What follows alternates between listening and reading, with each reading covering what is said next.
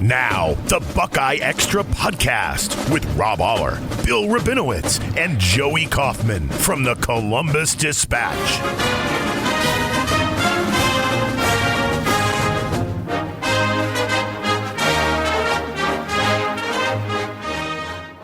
Hey everyone, it's Joey Kaufman. I'm joined by Bill Rabinowitz and Rob Oller. We are here. It's Thursday, December 19th, and in 2 days, almost 48 hours from now, Ohio State plays a December playoff game at the Horseshoe. Scarlet out. Should be a fun atmosphere. We can get into the matchup here, but how are you guys doing? We're good, Joey. Thanks for asking. Yeah, this is a historic game. First December game in the Horseshoe, first college football playoff game. It's an intriguing matchup. It is. I think Tennessee is just good enough that they certainly can beat Ohio State if Ohio State doesn't play well. And in certain ways, Tennessee matches up very well against Ohio State, especially with the Tennessee defensive line being very good, very deep against Ohio State's offensive line, which is not deep. And we'll see how good they are. I mean, we don't even know who's going to play, right? The latest we know is that Ryan Day said that Luke Montgomery is going to be at left guard and Tiger Shabola at right guard at some points during the game, and that Austin Saravel is going to go back and forth and spell those guys. Whether Saravel will start at left guard, who knows? But so we don't even know what the offensive line is going to look like. Yeah, I picked the Buckeyes by, I think, a touchdown, and I'm not exactly sure why.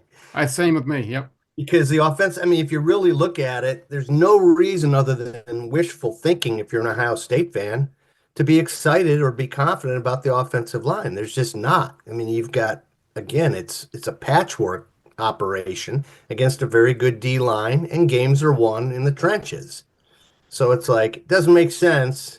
I guess it was, You're a homer. Just face it.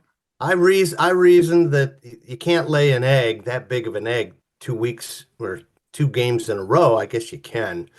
But I did pick Ohio State because I think they will rebound. But I think we said on the last podcast, no one should be shocked or even surprised if Tennessee wins this game. No, I think you're both right. As far as this matchup, Tennessee's strength is the defensive line, and Ohio State's weakness is its offensive line. And that feels like it could be a bad matchup, and that wouldn't surprise me if it's Sunday or Monday. And I picked Ohio State as well, just wondering why we all went with the Buckeyes, because when you have a offensive line that can't run block very well, and you're off schedule, and then you're third and longs, allows Tennessee to tee off. They got a great edge rusher in James Pierce. That could be a bad matchup for Ohio State, put them in trouble. But I think Ohio State's defense on the flip side is really good. Tennessee has a redshirt freshman quarterback in Nico Iamaleava. Way to go, Joey. Way to go. I just have to spell it. And they're going to put a lot on him to win a road game. Tennessee does not have dynamic receivers as it did a couple of years ago. And so to me, when Ohio State's defense has success, largely it's when you play one-dimensional teams, and they have a great running back in Dylan Sampson. But if the Buckeyes can be good against the run, put them in some third and longs, I don't like that situation for Nico, who has looked pretty ordinary when Tennessee has played the top teams on its schedule. It feels a little, I was going to say, it just feels, other than the quarterback, which, okay, Mrs. Lincoln, how did you like the play? Other than the quarterback play, this feels a lot like Oregon. They don't have quite the skilled wide receivers that Oregon had. Not even close. No, they've got a good running. They got a really good running back, and their defensive line is pretty stout. So there's some similarities there. I think they're much more like a Penn State kind of team, where they do not have the playmakers on offense at wide receiver, but they're good running game and good defensive line, which is very similar to Tennessee or Penn State, which has Abdul Carter and a good running game with Nick Singleton. They obviously have Tyler Warren as well, but Tennessee doesn't even have a Tyler Warren type figure in their offense. Yeah, one of the keys to this game is going to be, just the experience of quarterback. Does that help Will Howard. He's a fifth-year guy. Look, he didn't play well against Michigan, obviously. He had a couple costly mistakes against Penn State. But, overall, I'd rather have a fifth-year starting quarterback at home than a first-year starter redshirt freshman on the road. And I did a podcast with Adam Sparks of the Knoxville News Sentinel, or Sentinel News. Is it News Sentinel? News Joey, Sentinel. tell me. News Sentinel. It was very insightful. And he pointed out that Tennessee's been much better at home than on the road. And he picked Ohio State for what it's worth because he's seen Tennessee enough and thinks that, look, people kind of forget about how good Ohio State's defense is. And it's, in the Michigan game, they gave up 6 points. I mean, really, the third, the one touchdown was, they got the ball at the 2-yard line. So Ohio State's defense is really good. And, Ohio State, I can't imagine that Ryan Day and Chip Kelly are going to have the same kind of game plan they had against Michigan, where they're just going to be stubborn and run the ball up the middle. I just can't imagine they do that. So I think they're going to be very intent on getting the ball to the playmakers, which is the receivers, getting the running backs out in space, doing things, counter plays, misdirection, that kind of stuff, where you're not just running against a brick wall, running up against a brick wall. I mean, I have to believe that they're going to learn from the Michigan game. The factor that, ironically could play against Ohio State could be the weather. I mean, if it's really cold, and we're talking about sub 20, right? That's probably what it's going to be, around 20 degrees. So the pregame forecast has 25 degrees. Okay. And it's not supposed to be that windy, but, a little bit of a wind. But, it's harder to throw it when the football is that cold, harder to catch it when the football is that cold. I'm not saying that it's going to make Ohio State one-dimensional. I think they've practiced in it. They should be able to deal with it. But I think it's kind of weird. You'd normally think that an SEC coming to Columbus, make it as cold as possible. I'm not sure that's the case in this game. Yeah, I see two keys here. One is, can Ohio State's line protect Will Howard enough that he can take advantage of the skill positions they have, Right. mainly at receiver? And two, Ohio State's defense, how does it handle the tempo offense of Tennessee? I mean, it really hasn't seen a lot of that. And when it has, mixed results. I mean, Oregon ran a little bit of it, right? But those are just the keys. I'm not saying that either one of those is going to be a negative for Ohio State. I just think that's where it comes down to. You got to give Will Howard time, and your defense can't what are we doing here against tempo? One thing Ohio State can do on offense is keep the same personnel on the field, because Tennessee thrives on substituting liberally, especially on the defensive line. They play 12 guys on that defensive line, and they go 3 deep. And so if you don't allow them, if you don't sub and you keep the same personnel out there and you go tempo, especially, that negates a lot of that Tennessee advantage. Because I think Tennessee's got a very good defensive line, but a lot of it's based on their depth. Other than James Pierce, I don't think they have anyone that's like spectacular. What's your feeling on whether Ohio State will go tempo in this game? They kind of did against Georgia two years ago, and they certainly have not this year. They've tended to play slow, which is ironic considering the hiring of Chip Kelly, who really brought the tempo praise to college football. And Ohio State's had success when they've pushed the pace. Think about that last drive in the first half against Michigan, but they are toward the bottom of the FBS in seconds per play. It is odd because they have the personnel to push it, and as Bill, you said, it would make it harder for Tennessee to rotate. I think, I was just going to say that the thing about going tempo is, I mean, I don't know how much you have to practice it, but I would say this: if you're going to throw the ball as much as we think they're going to throw it, you kind of have to go tempo. I think you just to take full advantage of the situation. Do you huddle and then come out and still try to? I just think that I remember the Georgia game. I remember the end of the Michigan, the first half. And yeah, you can't do that constantly, but it seems like they've had the most success when they've done that, even over the last 5 years. I wonder how the makeshift offensive line will play into that. Do they feel confident that, those new guys playing new positions, if that's what it is, are going to be able to do that. I mean, are they going to have their plates full just trying to block and not worry about that kind of stuff? Now, you are playing at home, although they're going to be, I don't know what the percentage of Tennessee fans are going to be, but it's going to be, I bet you this will be the highest percentage of visiting fans that we've seen at the Horseshoe in a long, long time. I can't remember. Possibly ever. Maybe it could be. I mean, because usually you see the pocket of visiting fans in the north end zone, right? And that's about it. And then sprinkled throughout the stadium. They're talking about maybe even a third of the state, 30% of the stadium. I mean, that's going to be loud. That's now it's obviously louder if Ohio State has 70%, and I'm not sure it's going to be 30%, but this is a big deal for 40. Well, depends on how the first half goes. I mean, look, the thing about this game is we can see this going very, very well for Ohio State or just really, really badly for Ohio State. And a lot of it, Joey, I think you've written about this or going to write about this. A fast start in this game is really important. And Adam Sparks from Knoxville said the same thing because Tennessee said if Tennessee gets down like 10-0 at the end of the first quarter, he does not like their chances. They're not built. This is not a typical Josh Heupel fast-paced, or not as fast-paced, but explosive offense. I mean, it's much more of a fast-paced, grinded offense. And they're not really built for Nico to have to like throw for 350, 400 yards.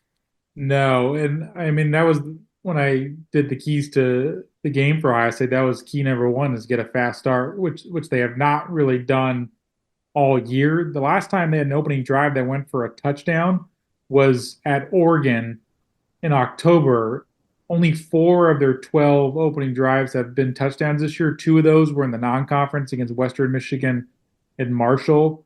So in 2 out of the 9 Big Ten games have had an opening drive touchdown. They have not come out of the gate strong. Only once in the second half of the season have they had an opening drive that yields any points. That was the first drive against Michigan, in which they got a field goal.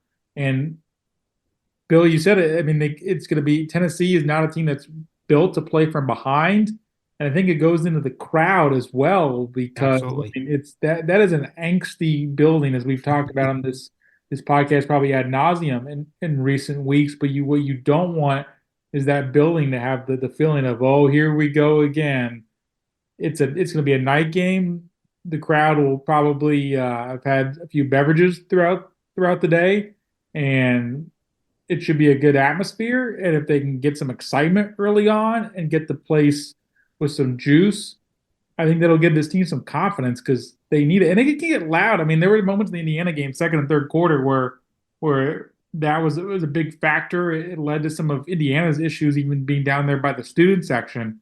So I think it's really important for them to draw something up early in the game to manufacture points. And the opening drive thing, I think, is in some ways I mentioned that, but the pick that Will Howard had against Penn State was so early that their second drive almost felt like their opening drive, and that was a really nice scripted, or not scripted, but they had some nice stuff drawn up. The touchdown where Emeka Egbuka leaked late and they throw to him. So they have some stuff in the bucket they can go to. I think they needed to be creative early in the game. And they have to get the ball to their playmakers. They have to make sure that Jeremiah Smith gets his touches, or at least his targets. Emeka Egbuka, Carnell Tate, get the running backs, get Travion Henderson and Quinshon Judkins out in space where they can do what they do. I mean, Will Howard has been very good in being efficient in terms of just getting the ball to those playmakers for the most part. Just do that, and Tennessee, their strength, the defense is the front four. The back seven is not great. They got a couple good players back there. I mean, they're not terrible, but it's exploitable. They are exploitable. And they haven't faced an offense like Ohio State's all year. They just haven't. I mean, Georgia's obviously a very good team. Alabama's got some weapons. I mean, they've got a great freshman receiver too, but not like 3 like Ohio State has. What I want to touch on this, because I think, Rob, you mentioned Will Howard earlier as well, but what's your feeling on him in this big moment? I think he's played well in some big games at Oregon, even though everyone's the image that sticks out is the late slide. Played well in that game, was really sharp against Indiana, but the Michigan game, he looked just so terribly off. You need a quarterback to survive this time of year. Teams that win the playoff or have won the 14 playoff had great quarterback play, but it's probably hard to feel too confident about Will Howard going into this stage. Although if you would have asked me that a month ago, I might have given you a different answer because he was on the money against Indiana. Yeah, I think a couple things. They've got to run him. I know it's getting to your skill guys, but what set him apart from Kyle McCord? I mean, the main thing that set him apart was his ability to run, and he's had some big runs, some key runs this year against Michigan. It just wasn't there. Part of that's Michigan's defense, mainly defensive line, but pretty good defensive ends by Michigan too. And Tennessee has good defensive line. So I think Will Howard, they have to do that 12 against 11, whatever it's called. You know, he's the Winning X numbers. factor. Yeah, winning numbers. So that's something to keep an eye on. And Joey, maybe you have the numbers here, but the pressures. Again, I keep going back to Will Howard has really looked good when he's had time and lots of time. But he did not look good against Michigan, and they got pressure on him. Penn State, he was okay.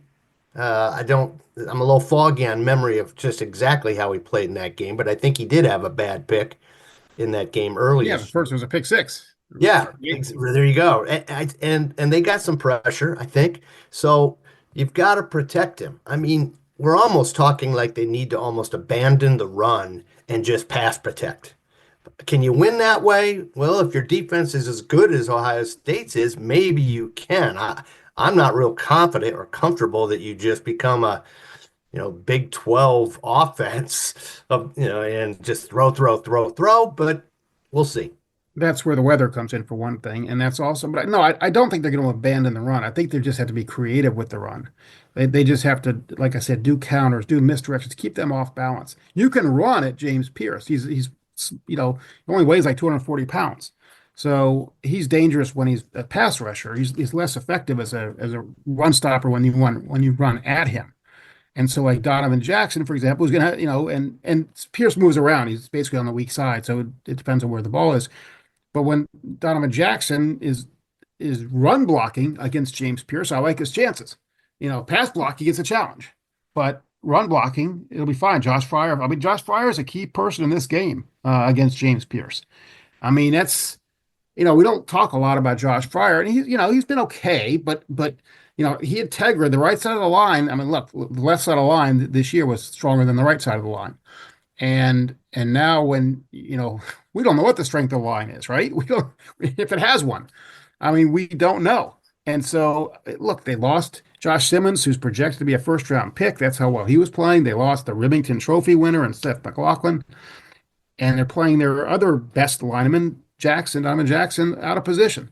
So, they've just got to find a way. When we talked to Ryan Day and Chip Kelly, they seemed confident that they had a plan. Obviously, they're not going to tell us what the plan is, but they didn't seem panicked. Now, whether that's, they're not going to show that they're panicked or they genuinely are confident, I don't know. But they seemed like, okay, we know how to manage this. The comment Ryan Day said on the radio show today was they need to do the things that maximize their strengths and minimize their deficiencies, which was almost the opposite of what they did against Michigan. It was almost, in some ways, it was almost like they were trying to prove a point that we'll beat you with our deficiencies.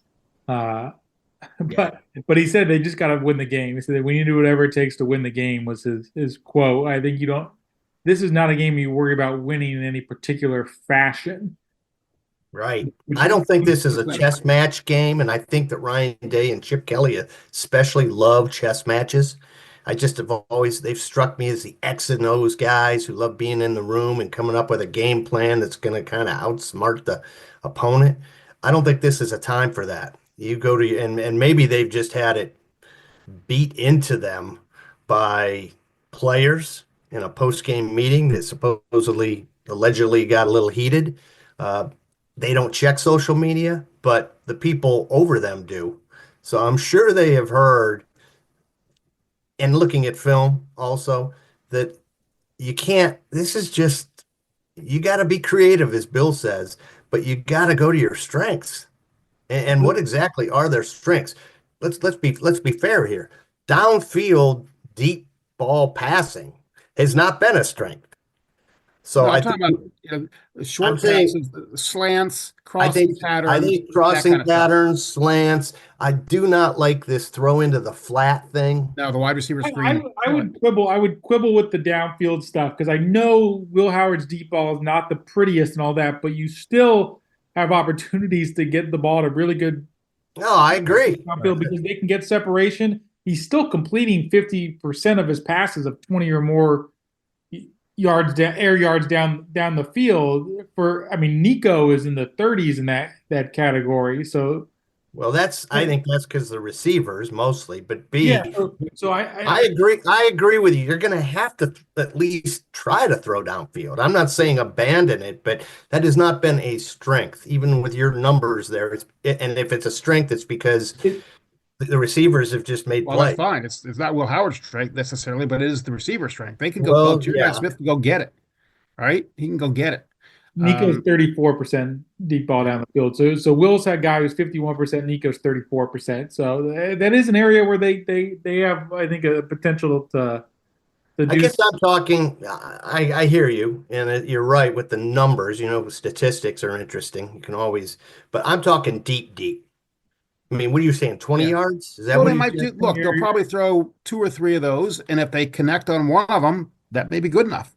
It I mean, might be. It might be. and if it depends on whether you have the opportunities to do it too. They didn't do it against Michigan because a lot of times they were, 3rd and 8 because they'd And run the the ball pressure, middle, and the pressure. He and didn't the have pressure got time. to him. I mean, the other thing to switch sides of the ball is think about Ohio State's defense against that offense, and I mean that's the matchup I really do like for Ohio State because Dylan Sampson is good, but I don't necessarily think he's any better than like Jordan James or of Oregon or Singleton of Penn State or Kilo Mullings of Michigan. I mean, the Ohio State's faced good running backs, and they've done pretty well. Caleb, The Caleb Iowa Johnson, running back, Caleb Johnson in Iowa. Caleb Johnson, right?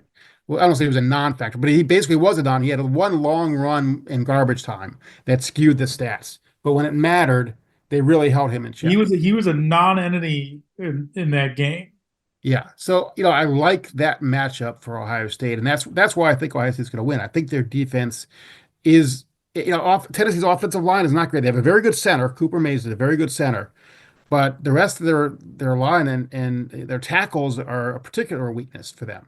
With the exception of Michigan, there have been very few games over the years we've seen Ohio State lose because an opposing running back has just smashed through the teeth of their defense over and over. We saw all those games where they played Wisconsin over the years, and Wisconsin had all these great backs, and it was never the thing that eventually undid Ohio State. You're more likely to see games like Oregon, generally, but Michigan is the exception of the rule that the teams that have been able to just kind of run through them. They typically played well against these backs.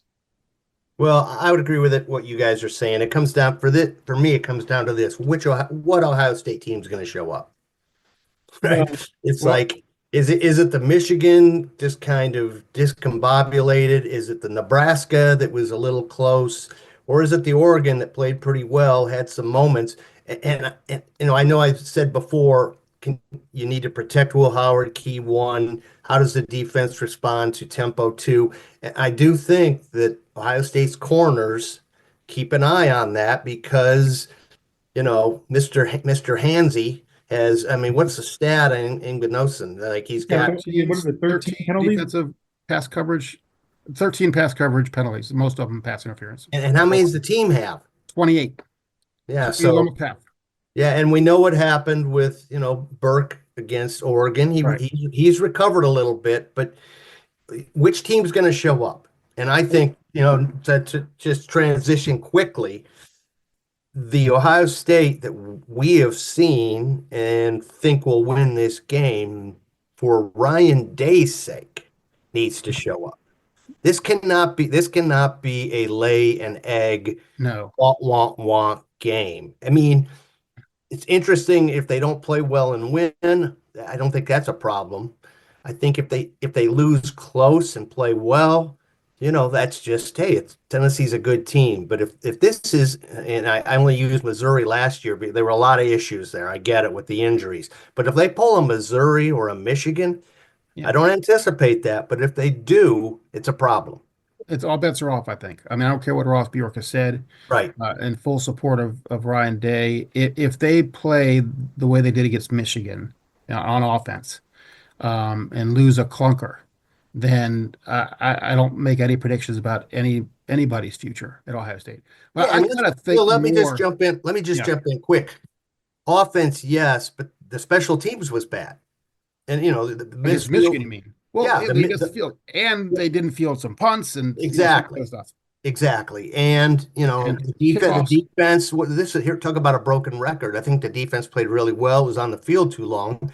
But, what, 36-yard or 26-yard gain? 27, I think, by Mullings. Yeah, Yeah, and Wyndham. that, and Yeah, that always comes back to haunt the defense. I think there were circumstances that you don't want to blame the defense in that situation, but it did happen and it's happened before. So when I say that they have to be, I think the team that played Georgia 2 years ago wins this game handily if they play like that. I completely agree. Unfortunately, don't have the offensive line that you had 2 years ago, but I completely they play. I'm not talking about free and loose. If they play like a team with nothing to lose, they probably will not lose. If they play like a team that has everything to lose, they probably will lose. I mean, Right. the Tennessee or the Georgia analogy is a good one. Um, that's kind of the team I expect to see. Again, the weather could play a role in that, but I expect Ohio State to come out and play well because I just wrote this story, just filed it, that they haven't played except for periodically like this juggernaut that we thought they would be. You can point to certain periods of games, the second half of Indiana, most of the Penn State game where they controlled play. But against the better teams, especially, and even against the ones that aren't very good, the other Big Ten teams, Purdue's horrible and they blew them out.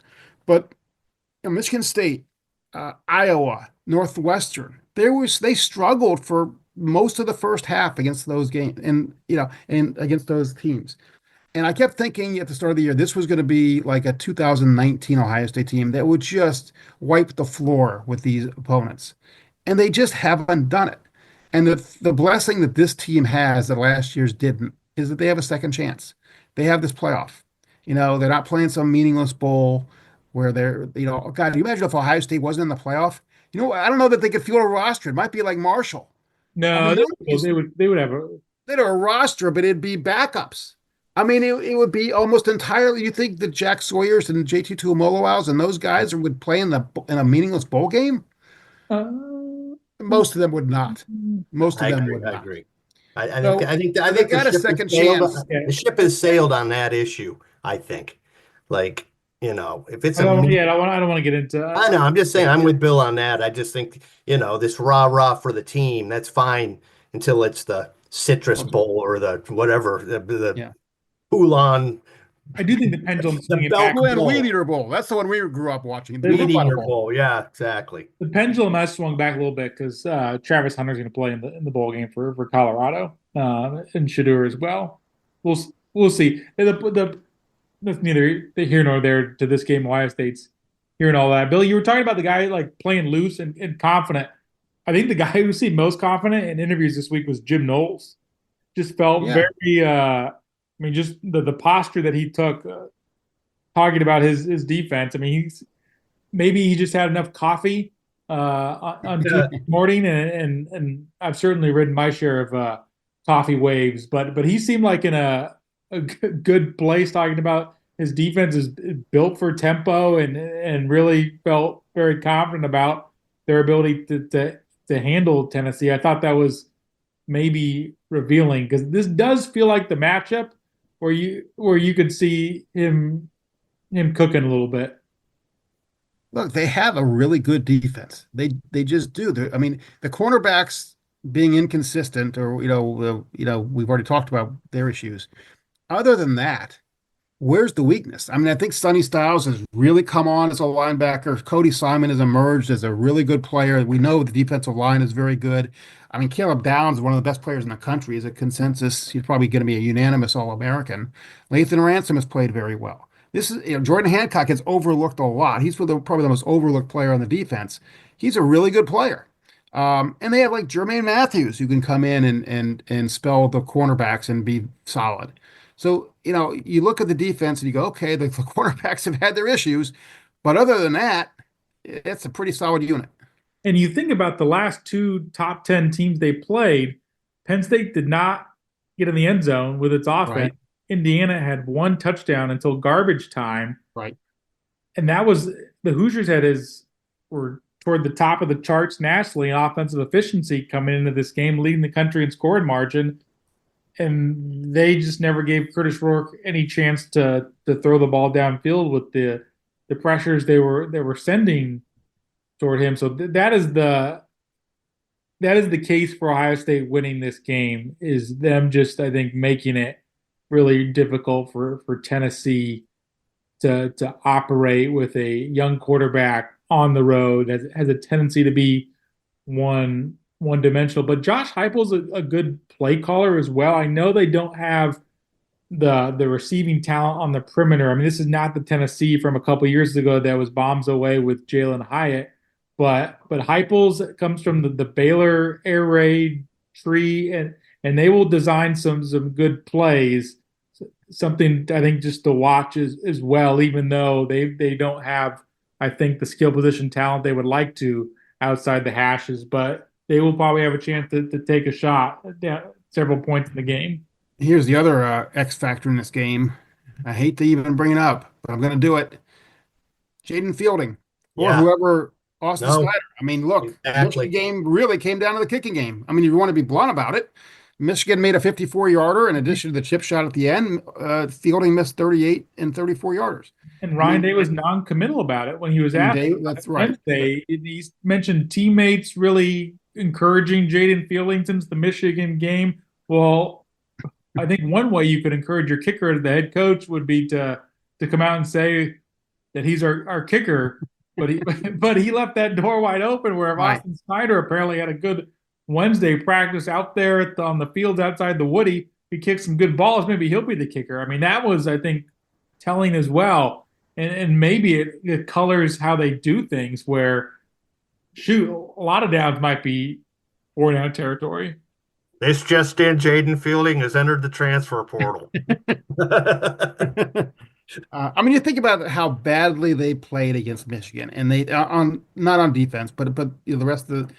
And they still should have won the game if they make the field goals. If Will Howard doesn't throw the pick. Bill, you sound like you're talking about the 1990s now. They said that every year. That's the problem. You can, that. Yeah, I know, but I'm just saying. But they played so badly, and they still should have won.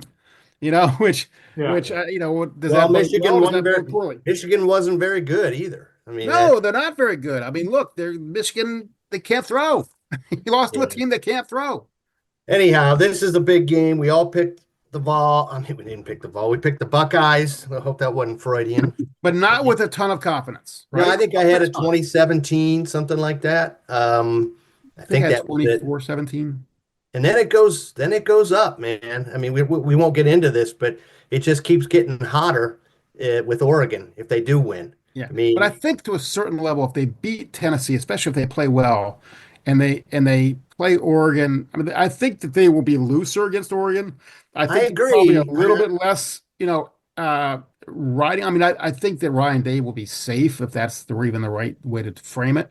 But I think that if they, go to the Rose Bowl and lose another close game to Oregon, which is the only undefeated team in the country, people shouldn't be calling for his head, right? I mean, it's pretty clear that Oregon is a really good team. We weren't sure they were in October because they had struggled against Idaho and struggled against Boise. And we didn't know Boise was going to be what Boise became. Yeah. Right? So losing to Oregon, I mean, now you look at it, you go, that's a good loss. I mean, you didn't think so at the time, but if they beat Tennessee, right, the best thing Ryan Day has going for him is he can then fall back on. You've got a little bit of a whatever thrown together offensive line against a really good team. Now, the way Right. I see it, it's like, And the pressure will be not on Oregon. They'll be underdogs in that game, right? I don't exactly, think Ohio State will exactly. be an underdog. And You know what? Ohio State would have momentum. Oregon would be in this Right. where they hadn't played in almost a month, and you wonder if Right. it had that layoff and Ohio State got But momentum, they I, can be hot. It's like some of those teams in the March Madness into a basketball tournament where you get an early upset here and there. yeah, I don't know. I don't know if that works quite as much in football because just the wear and tear. But I would say this: I think at this moment, and even if they beat Tennessee, I think Oregon's a better team. So to beat Oregon isn't quite. It is would be quite the accomplishment. That's And my view. I think it's also regardless of whatever you think of Ryan Day's job status is, for Ohio State to get a home playoff game, which is a novelty with the expansion of the playoff, to give folks there'll be seven, even if there are 30,000 Tennessee fans, but to give 70, 80,000 Ohio State fans a really cool moment in your home stadium in the horseshoe where they're big plays and there's excitement. Even if you don't win a national title, at least give them something tangible, give them something I think cool to remember the season by. If you go out with a loss, that's embarrassing on your home turf to lose back-to-back games at home to end the season. First 3-loss team in the Ryan Day era. I think you need to figure out how to get some good vibes and to give a nice moment. And that is the case even if they win Saturday, even if they don't win it all. But that was some sort of memorable thing from the 2024 season. Yeah, I mean, if they lose Saturday, it's weird to say. We've talked about this. They're done. They don't even get a No bowl. game. They don't get a bowl game, which seems odd to me. You play great, you get in the playoff, and they Yeah. almost should think of this as a bowl game, and but The Ohio Bowl. Yeah. The Anyhow, Buckeye Bowl.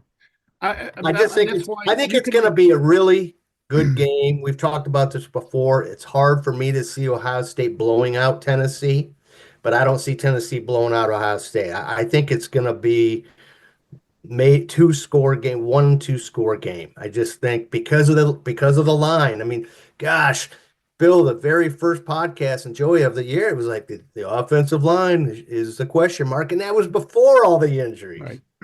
Right. But I do think if they hadn't had the injuries, if Simmons and McLaughlin there, we wouldn't be having this conversation. It'd be a very good offensive line. I mean, the right side would still be, adequate as opposed to really good, but the left side of the line would be like just run to the left. And They ran the ball very well against Iowa. I mean, that was, I think, where you started to feel you could make a case this was no longer a weakness, maybe even a strength for the team, the way they were able to run the ball with Josh Simmons and Seth McLaughlin. But they just don't have the depth. The recruiting issues kind of caught up to them, and they've had very good injury luck on the offensive line over the years. Over the years, no question. This season was the first time in Day's 6 years that they've had an starting offensive lineman miss multiple games, which is a remarkable run of good fortune to have a position that takes a beating as much as any position group. And So, with Urban Meyer. They Honestly, they've had really good luck at the skill positions. I mean, the quarterback, they have not lost their quarterback going way back for a significant amount of time. I mean, here and there. Jackson Smith and Jigba, I think, is the case where they haven't had good skill position. Yeah, that's a weird one. Who knows? Who knows what went on there? I don't know. Well, I tell you, maybe we can finish with this. I don't think it's a stretch to say this is as big a game as Ohio State's had in a long time in terms of the direction of the program. That if they win this game, the trajectory is so much different, even if they were to lose to Oregon. And if they beat Oregon, then it's like nobody's going to forget Michigan, but it'll be like, okay, that's history, and let's go win this national championship. If they were to lose this game, as Joey pointed out, it'd be the first time since 2011 they would have lost 3 games. And I just wrote this in my story. The streak that Ohio State has of no more than 2 losses in a season is matched by only one program in the history of college football. That's Nick Saban's Alabama team. Nobody's ever gone this long not losing more than 2 games in a season, in major college football. And, they have to win a national championship to keep that alive. And so, but to lose this one would be devastating in many, many ways. But to win this one would be huge in many, many ways. Yeah, I'm going to tweak. I'm going to tweak what you said and partially agree, which is I think this game is program defining if they lose. I think that the program defining game is Oregon if they win. That's If that's you probably beat, fair. if you, But if you win, stave you off got to win this disaster. game. You got to win this game, but I think the loss is the thing that is like Yeah. death spiral. I The think- win is good, but if you can beat Oregon, Michigan is rear view mirror. I mean, there's always going to be some people, but you beat Oregon, and it's like, hey, we just beat the best team in the country. That's my take. I think about this game. I think maybe I've used this analogy before, but the shoots and ladders board, where if they win this game, Ohio State right. takes a ladder up. But Rob's saying the shoot is much lower than the ladder. Right. Shoot, yeah, this is a game you can't lose. Now we said that about Michigan, and look at the fallout from that. They took a shoot. They went back to zero, back to the start. But I like what Bill said. I think it's program defining. It's program defining. I just think only in one way for this game. The Michigan loss was more like Monopoly, where you go sent straight to jail. Yeah, Not pass go. right. Or risk, $200. and you lose the war, and you're dead. Yeah. Right? Well, I think we've covered pretty much all of it, right? Yeah. Even touched on the kickers. I think it will be loud. Tennessee has let me just say this. I think it'll be loud because when it's that cold, you can't afford to just sit there. You've got to have you got to yell, you got to move, if you just sit there and just stay quiet, it feels a lot colder. Or you might be muffled because you're wearing gloves and it's not as loud. You're not Yeah, but the voice. Here's one last thing. Tennessee has a switched punter. Yes, he can kick with either foot. Oh boy, you don't want to lose to that. Oh, he's good. I'm like, well, I know, but who but as Dave pointed out, he doesn't kick with both at the same time. He does choose. That would be impressive. I was kidding with our boss the other day. It's like, you know what? With this transfer portal, just go ahead and get a kid in school. What's to stop Ohio State from going out and getting the best kicker in the nation right now for the playoffs? Yeah. We'll give you $1 million. Come here. Just make a 34-yarder. We'll figure out how to get you in school. Figure out the waiver wire. Right. Well, thanks everybody for sticking with us, and hope you enjoyed this preview podcast as Ohio State gets ready to take on Tennessee Saturday night, the nightcap of a pretty exciting day of football with Penn State SMU and Texas Clemson earlier in the day, then Notre Dame Indiana on Friday night. Should be a fun 2 days of football. Thanks for joining us. Visit dispatch.com for our coverage as well. Enjoy the game.